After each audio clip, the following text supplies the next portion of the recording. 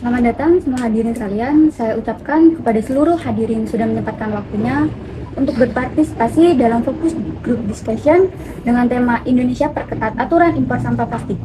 Puji dan syukur kita panjatkan kehadirat Tuhan Yang Maha Esa atas rahmatnya kita bisa berkumpul bersama pada hari ini. Sebelum memulai diskusi, izinkan saya memperkenalkan diri. Nama saya Damai Melati, mahasiswa akuntansi Universitas Teknokrat Indonesia. Saya akan memandu Anda sekalian pada fokus group discussion kali ini. Namun saya tidak sendiri, saya dengan rekan saya yakni.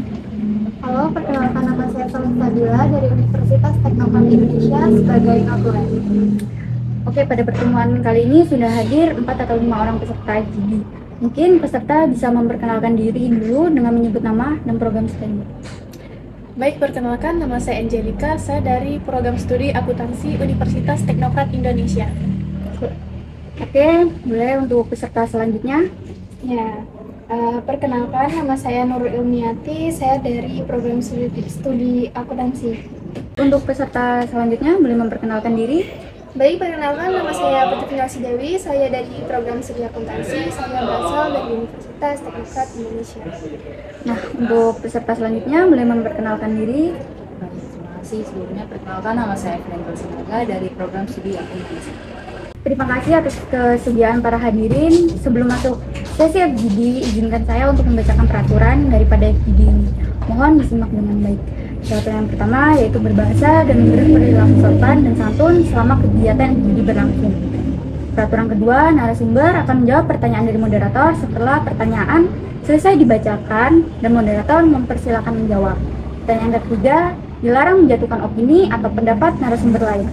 Peraturan yang terakhir yaitu dilarang berbicara dengan unsur sara. Sekian peraturan dari FGD kali ini. Saya akan bekerja dengan pendekatan yang terbuka dan akan menerima pertanyaan dan komentar dari kalian semua. Saya akan membahas tentang masalah yang dihadapi Indonesia dalam mengatur aturan impor sampah plastik. Saya akan menyajikan informasi yang relevan dan bermakna, dan saya akan memberikan masa untuk diskusi dan pendapat yang berbeda. Tanpa berlama-lama, akan saya mulai FGD kali ini dengan sedikit informasi tentang tema kali ini. Tema tentang Indonesia Perketat Aturan Impor Sampah Plastik adalah tentang langkah-langkah yang diambil oleh pemerintah Indonesia untuk mengontrol dan mengatur impor sampah plastik ke negara ini.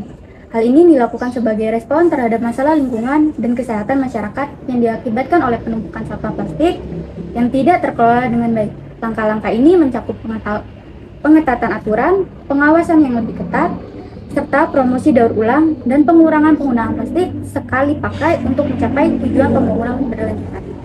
Mengatur impor sampah plastik penting karena beberapa alasan seperti salah satunya dampak lingkungan. Sampah plastik yang tidak terkelola dengan baik dapat mencemari lingkungan, mengancam keanekaragaman hayati dan mengganggu ekosistem. Ketergantungan pada impor. Nah, alasan yang ini bisa mengatur impor sampah plastik membantu mengurangi ketergantungan terhadap negara-negara lain dalam hal penanganan sampah, serta mendorong pengembangan solusi daur ulang domestik. Kemudian ada tujuan dari peraturan yang diperketat terkait impor sampah plastik adalah yang pertama, tujuan perlindungan lingkungan, melindungi lingkungan dari pencemaran yang disebabkan oleh penumpukan sampah plastik yang tidak terkelola dengan baik, serta mengurangi dampak negatifnya terhadap ekosistem, keanekaragaman hayati, dan habitat satwa liar. Kemudian ada tujuan untuk pendorongan inovasi teknologi, mendorong pengembangan dan penerapan teknologi yang inovatif dan pengelolaan sampah plastik terhadap dalam daur ulang, pengurangan penggunaan sampah plastik sekali pakai, dan penggunaan alternatif plastik ramah lingkungan. Dengan demikian, peraturan yang diperketat terkait sampah plastik bertujuan untuk menjaga lingkungan dan mempromosikan pembangunan berkelanjutan di Indonesia. Pemerintah Indonesia telah mengambil beberapa langkah terkait impor sampah plastik, antara lain itu ada pengetatan aturan impor. Pemerintah telah memperketat aturan terkait impor sampah plastik untuk mengurangi masuknya sampah plastik ilegal atau tidak terkelola dengan baik. Kemudian ada juga pembatasan jenis sampah plastik yang dapat diimpor. Di Indonesia membatasi jenis sampah plastik yang dapat diimpor, mengutamakan plastik yang dapat didaur ulang dan mempunyai nilai ekonomi yang tinggi. Kemudian ada peningkatan pengawasan. Pemerintah meningkatkan pengawasan terhadap impor sampah plastik, baik melalui pemerintah di pelabuhan maupun kerjasama dengan negara-negara pengirim sampah plastik. Dengan langkah-langkah ini, pemerintah bertujuan untuk meningkatkan pengelolaan sampah plastik secara berkelanjutan dan melindungi lingkungan serta kesehatan masyarakat dari dampak negatif sampah plastik.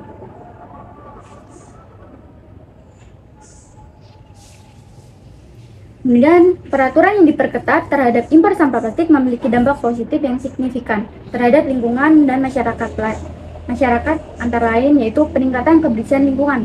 Dengan mengurangi impor sampah plastik akan mengurangi risiko pencemaran lingkungan seperti pantai, sungai, dan lahan-lahan kosong yang seringkali menjadi tempat pembuangan sampah ilegal. Kemudian ada juga mendorong inovasi dan pengembangan teknologi. Kebijakan ini dapat mendorong pengembangan teknologi dan inovasi dalam mengelola sampah plastik, termasuk dalam hal daur ulang, pengurangan penggunaan plastik sekali pakai, dan pengembangan alternatif plastik ramah lingkungan. Dengan demikian, peraturan yang diperketat terhadap impor sampah plastik memiliki dampak positif yang luas terhadap lingkungan dan kesejahteraan masyarakat secara keseluruhan. Implementasi aturan impor sampah plastik yang lebih ketat dihadapkan pada beberapa tantangan seperti ketergantungan terhadap impor. Indonesia masih bergantung pada impor sampah plastik untuk memenuhi kebutuhan bahan baku industri daur ulang sehingga memerlukan strategi yang hati-hati untuk mengurangi ketergantungan ini tanpa mengganggu pasokan bahan baku. Untuk mengatasi tantangan dan implementasi aturan impor sampah plastik yang lebih ketat, yaitu dengan solusi diversifikasi sumber bahan baku. Mendorong diversifikasi sumber bahan baku untuk industri daur ulang, termasuk memperluas penggunaan bahan baku lokal dengan mengembangkan teknologi daur ulang yang inovatif. Dengan mengimplementasikan solusi ini secara komprehensif dan berkelanjutan, diharapkan Indonesia dapat mengatasi tantangan dalam mengatur impor sampah plastik dan mencapai tujuan pembangunan berkelanjutan dan mengelola sampah plastik.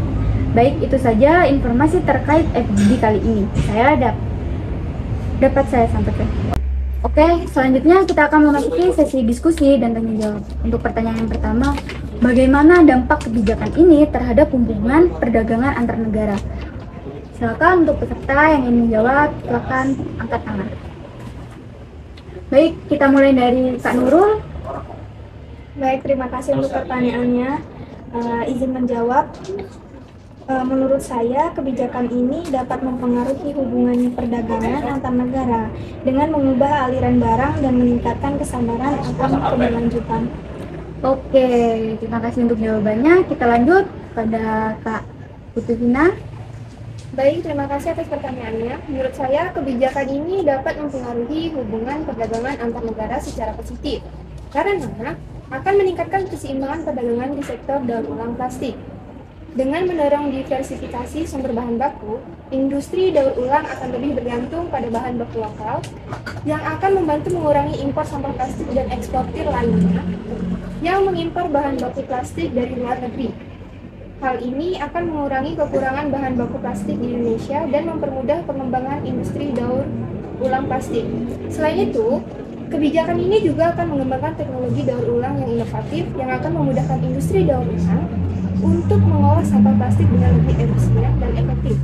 Hal ini akan meningkatkan kualitas produk daur ulang plastik dan mempermudah para pengguna untuk memilih produk daur ulang plastik sebagai alternatif yang lebih ramah lingkungan daripada produk plastik baru yang diimpor. Lalu kebijakan ini juga akan membantu mengurangi pencemaran lingkungan yang diakibatkan oleh impor sampah plastik yang akan membantu meningkatkan kesehatan dan kualitas hidup bagi masyarakat Indonesia. Hal ini akan membantu mengurangi kekurangan sumber daya alam dan membantu mengurangi dampak negatif yang diakibatkan oleh impor sampah plastik. Keseluruhan kebijakan ini akan membantu mengurangi permasalahan impor sampah plastik dan membantu Indonesia mencapai tujuan pembangunan berkelanjutan dalam pengelolaan sampah plastik. Oke, baik, terima kasih untuk jawaban tanya. Kemudian selanjutnya untuk Kak Angelika dipersilakan. Baik, izin menjawab. Kebijakan Indonesia yang memperketat aturan impor sampah plastik berdampak pada hubungan perdagangan antar negara dengan memicu ketegangan diplomatik, terutama dengan negara-negara eksportir sampah plastik seperti Amerika Serikat dan Australia. Langkah tersebut dapat menyebabkan reaksi negatif dan mitra dagang termasuk potensi pembatasan impor produk Indonesia sebagai alasan. Sementara pada saat yang sama mendapatkan dukungan dari kelompok-kelompok lingkungan dan masyarakat internasional yang memperjuangkan pengurangan sampah plastik global. Baik, terima kasih untuk para peserta yang sudah menjawab. Selanjutnya kita lanjut untuk pertanyaan yang kedua. Apa langkah yang diambil pemerintah untuk mengawasi penerapan aturan ini di tingkat lokal? Silakan para peserta yang ingin menjawab, tunjuk tangan. Baik, kita mulai dari Kak Putri. Baik, terima kasih atas pertanyaannya. Di sini menurut saya, pemerintah Indonesia meningkatkan pengawasan terhadap impor sampah plastik melalui pelaksanaan peraturan yang lebih ketat. Langkah-langkah ini diperlukan untuk mengurangi masuknya sampah plastik ilegal atau tidak terkelola dengan baik, mengurangi risiko pencemaran lingkungan, dan mendorong inovasi dan pengembangan teknologi dalam pengelolaan sampah plastik. Pemerintah juga melakukan koordinasi dengan negara-negara pengirim sampah plastik untuk memastikan proses impor sesuai dengan ketentuan peraturan perundang-undangan. Baik, terima kasih untuk jawabannya. Selanjutnya untuk Evrin boleh menjawab. Sebelumnya izin menjawab. Untuk mengawasi penerapan aturan ini di tingkat lokal, pemerintah akan meningkatkan pengawasan dan pemeriksaan terhadap limbah non-B3 yang masuk ke Indonesia. Kontainer yang diketahui tercampur limbah lain seperti karet dan popok bekas akan dikirim kembali ke negara asalnya. Pemerintah juga sepakat untuk melakukan pengawasan ekstra ketat terhadap impor sampah plastik. Sebab dalam tahun-tahun sebelumnya, meski perusahaan sudah diberikan izin, namun menyalahi aturan yang ditetapkan oleh pemerintah. Baik, terima kasih Kak Evrin untuk jawabannya. Lanjut untuk Kak Salsa. Baik, izin menjawab. Saya setuju dengan kakak berdua. Menurut saya langkah-langkah yang diambil pemerintah mungkin untuk mengawasi penerapan aturan di tingkat lokal biasanya meliputi pembentukan lembaga pengawas, inspeksi rutin, penegakan hukum terhadap pelanggar, dan penyuluhan kepada masyarakat mengenai pentingnya menaati aturan tersebut. Baik, terima kasih untuk para peserta semua yang sudah menjawab. Lanjut ke pertanyaan selanjutnya, bagaimana strategi yang digunakan untuk mengatasi potensi penyalahgunaan dan penyelundupan sampah plastik ilegal? Kepada para peserta yang ingin menjawab, silakan angkat tangan. Baik, kita mulai kepada Kak Putri, dipersilakan menjawab. Baik, terima kasih. Untuk mengatasi potensi penyalahgunaan dan penyelundupan sampah plastik ilegal, pemerintah Indonesia telah mengatur 5 strategi penanganan sampah laut yang terdiri dari Gerakan Nasional Pengelolaan Sampah yang bersumber dari darat, penanggulangan sampah di pesisir dan laut, mekanisme pendanaan, penguatan kelembagaan, pengawasan dan penegakan hukum, serta penelitian dan pengembangan. Kementerian Lingkungan Hidup dan Kehutanan juga telah mengarahkan penyusunan draft peraturan pengelolaan sampah, mulai dari support sarana dan prasarana di Labuan Bajo, Karimun Jawa, dan Larantuka. Selain itu, pemerintah juga mengurangi impor limbah plastik dengan melakukan analisis kebijakan dan menggunakan teori poliristik. Baik, terima kasih untuk Kak Putri sudah menjawab. Kita lanjut pada Kak Nurul untuk dipersilakan menjawab. Baik, terima kasih. Untuk strateginya itu berupa penegakan hukum yang ketat, peningkatan pengawasan di pelabuhan, kerjasama internasional, dan peningkatan kesadaran akan konsekuensi ilegalitas. Baik, terima kasih Kak Nurul untuk jawabannya. Kita lanjut pada Kak Salsa, dipersilakan untuk menjawab. Baik, untuk menjawab, mungkin saya akan menambahkan sedikit lagi, yaitu strategi yang digunakan termasuk peningkatan pengawasan di pelabuhan, penegakan hukum tegas, kerjasama internasional, penguatan regulasi, impor dan ekspor, edukasi masyarakat, serta penggunaan teknologi untuk pemantauan dan pelaporan. Baik, terima kasih untuk para peserta yang sudah menjawab. Kita lanjut ke pertanyaan berikutnya. Bagaimana upaya untuk memastikan bahwa aturan ini tidak merugikan para pelaku usaha di sektor daur ulang? Pada para peserta yang ingin menjawab, dipersilakan angkat tangan. Baik, kita mulai dari Kak Evrin, dipersilakan untuk menjawab. Baik, sebelumnya ini dijawab bagaimana upaya untuk memastikan bahwa tidak merugikan para pelaku usaha di sektor daur ulang. Yaitu ada beberapa hal yang harus kita lakukan. Pertama yaitu memperhatikan aturan dan standar. Aturan ditetapkan harus memperhatikan standar yang diperlukan dalam sektor daur ulang. Yang kedua yaitu memperhatikan prinsip daur ulang. Prinsip daur ulang seperti minimasi pemanfaatan sampah yang masih digunakan dan pengelolaan sampah yang ketiga yaitu memperhatikan komposisi sampah, yaitu mengetahui komposisi yang masuk ke sungai dan mengoptimalisasi pengolahan sampah sesuai komposisi tersebut dapat meningkatkan efisiensi dan pengelolaan. Baik, terima kasih ya sudah menjawab. Kita lanjut ke Pak Putufina. Dipersilakan untuk menjawab. Baik, terima kasih. Untuk memastikan bahwa aturan tidak merugikan para pelaku usaha di sektor daur ulang, ada beberapa upaya yang dapat dilakukan, yaitu yang pertama adalah pengembangan infrastruktur. Untuk mempermudah para pelaku usaha dalam melakukan daur ulang, dapat dilakukan pengembangan infrastruktur seperti fasilitas daur ulang, jaringan logistik, atau infrastruktur informasi. Lalu yang kedua ada pengembangan kemajuan teknologi. Untuk mempermudah dan mengurangi biaya dalam melakukan daur ulang, dapat dilakukan pengembangan kemajuan teknologi melalui pengembangan alat dan mesin yang lebih efisien dan hemat biaya. Lalu yang ketiga ada pengembangan kemajuan ekonomi. Untuk membantu para pelaku usaha dalam melakukan daur ulang, dapat dilakukan pengembangan kemajuan ekonomi melalui pengembangan pasar baru, pembuatan kelompok kerja, atau pengembangan kemahiran ekonomi. Baik, terima kasih kepada Kak Putufina. Kita lanjut ke Kak Angel. Dipersilakan untuk menjawab. Baik, izin menjawab.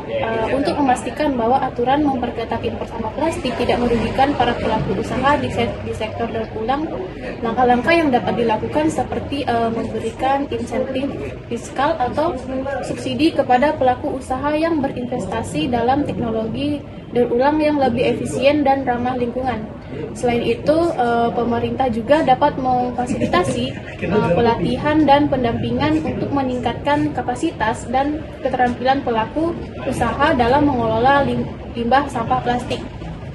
Dengan demikian, pelaku usaha di sektor daur ulang dapat tetap beroperasi secara berkelanjutan serta mendukung upaya pemerintah dalam mengurangi impor sampah plastik. Baik, terima kasih kepada para peserta yang sudah menjawab. Kita lanjut ke pertanyaan berikutnya. Apakah ada perencanaan untuk meningkatkan infrastruktur daur ulang di Indonesia? Pada para peserta yang menjawab, boleh angkat tangan. Baik, kita mulai dari Kak Nurul. Dipersilakan untuk menjawab. Terima kasih. Untuk rencananya itu menurut saya ada, yaitu untuk meningkatkan infrastruktur daur ulang melalui investasi, regulasi, dan kerjasama dengan sektor swasta. Baik, terima kasih sudah menjawab Kak Nurul. Selanjutnya untuk Kak Angel, dipersilakan untuk menjawab. Baik, izin menjawab. Pemerintah Indonesia telah menganalisasi berbagai langkah untuk meningkatkan infrastruktur daur ulang di negara Indonesia. Perencanaan tersebut mencakup investasi dalam pembangunan pusat daur ulang modern, pengembangan teknologi ramah lingkungan untuk pemrosesan limbah, serta program intensif bagi perusahaan dan masyarakat untuk mengadopsi praktik daur ulang. Selain itu, terdapat fokus pada penyuluhan dan pendidikan publik mengenai pentingnya daur ulang bagi pelestarian lingkungan. Dengan upaya ini diharapkan bahwa Indonesia dapat mengurangi jumlah limbah yang masuk ke lingkungan dan mempromosikan kesadaran akan pentingnya pengolahan limbah yang berkelanjutan. Baik, terima kasih untuk Kak Nurul dan Kak Angel sudah menjawab. Kita lanjut ke pertanyaan berikutnya. Bagaimana cara memastikan bahwa sampah plastik yang masuk ke Indonesia benar-benar dapat didaur ulang dengan efisien? Pada para peserta yang ingin menjawab, silakan angkat tangan. Kita mulai dari Kak Putufina untuk menjawab. Dipersilakan.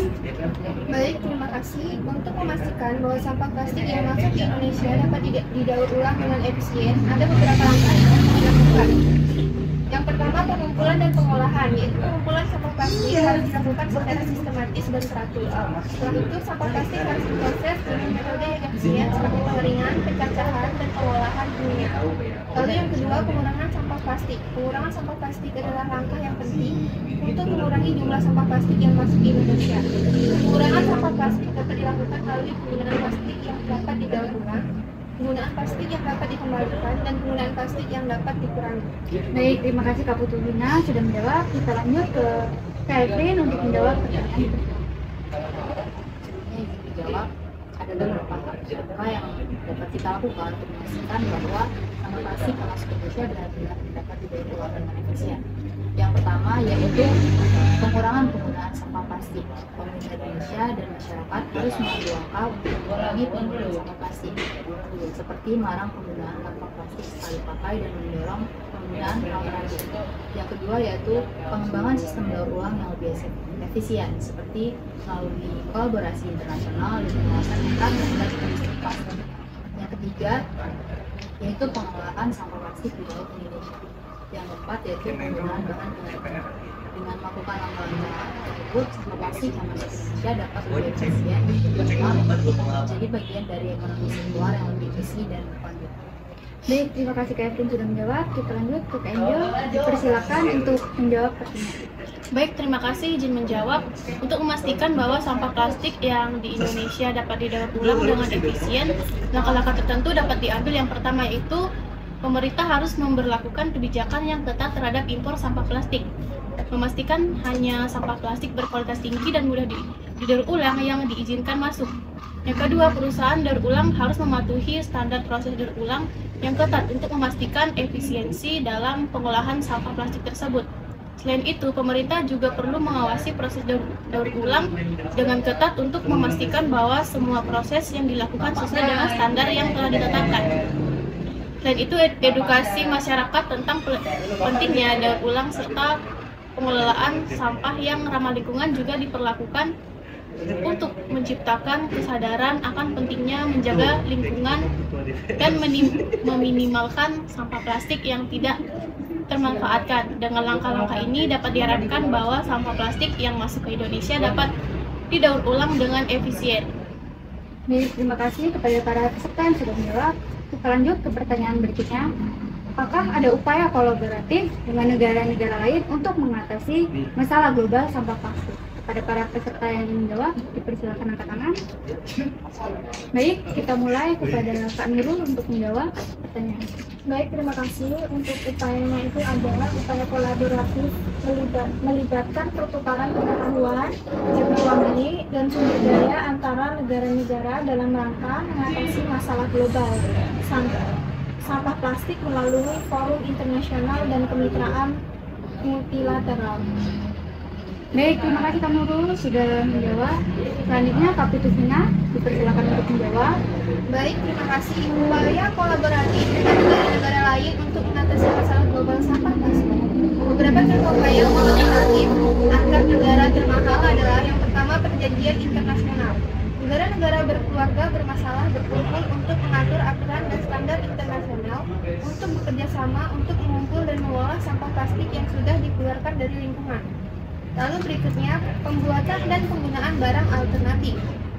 Negara-negara berkumpul untuk mengembangkan dan menggunakan barang-barang alternatif yang lebih ramah lingkungan daripada plastik.